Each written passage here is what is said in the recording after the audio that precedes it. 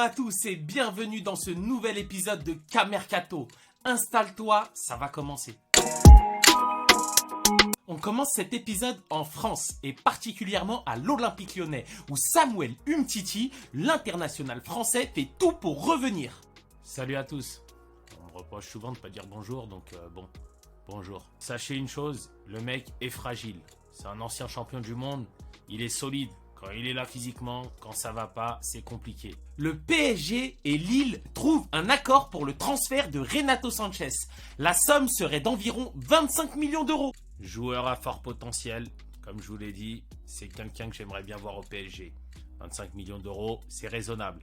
À voir ce qu'il donne.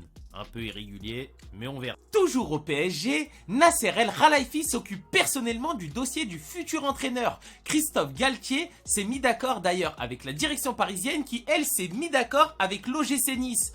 Tout semble fait. Je t'en ai déjà parlé, c'est pas mal pour le PSG. Je pense que c'est une bonne pioche.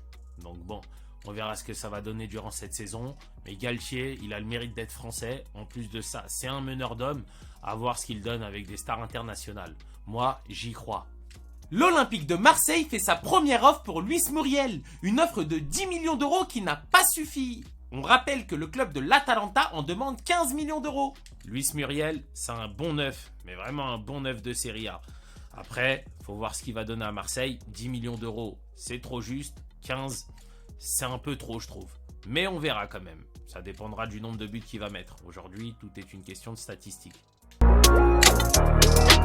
Rafinha pose un lapin au FC Barcelone. Il préférerait rejoindre Arsenal. Rappelons que le prix du joueur serait de 50 millions. Le mec, il tourne le dos au Barça. Et si ça, c'est pas une question de pognon, garçon, qu'est-ce que c'est? Et après, on va parler du PSG, du PSG, du PSG. Arsenal, apparemment, ça paye mieux qu'au Barça. Le club de Salernitana en Serie A tout juste maintenu vient de faire une offre pour Edinson Cavani. Il rêverait via son président de signer le buteur uruguayen pour la prochaine saison. Cavani, 35 ans, ok, je suis d'accord, un peu vieux, mais croyez-moi, toujours buteur. Salernitana, je vous aime bien, c'est un bon truc et compagnie, mais bon, on va arrêter de rigoler. Ce mec-là, il est capable de marquer des buts au plus haut niveau. Donc arrêtez un peu vos conneries et laissez-le marquer des buts dans un grand club. Mais les grands clubs, bougez-vous, venez, il est libre. La Juventus Turin fixe un prix très abordable pour Adrien Rabiot.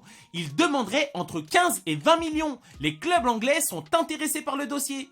Réputation d'enfant gâté, je pense qu'il l'est. Mais bon, 15-20 millions pour Adrien Rabiot, c'est donné. Même si, bon, il n'y a que les clubs anglais qui vont payer. À voir. Yacine Brahimi vient de se réengager au Qatar, cette fois-ci à Al Gharafa, pour les 3 prochaines années. Cette info, elle va intéresser que mes DZ. Mais je vous vois. Kiffez. Bon, c'est tout pour aujourd'hui. Je te remercie d'avoir suivi. N'hésite pas à t'abonner. Et puis je te dis à demain. Allez, salut.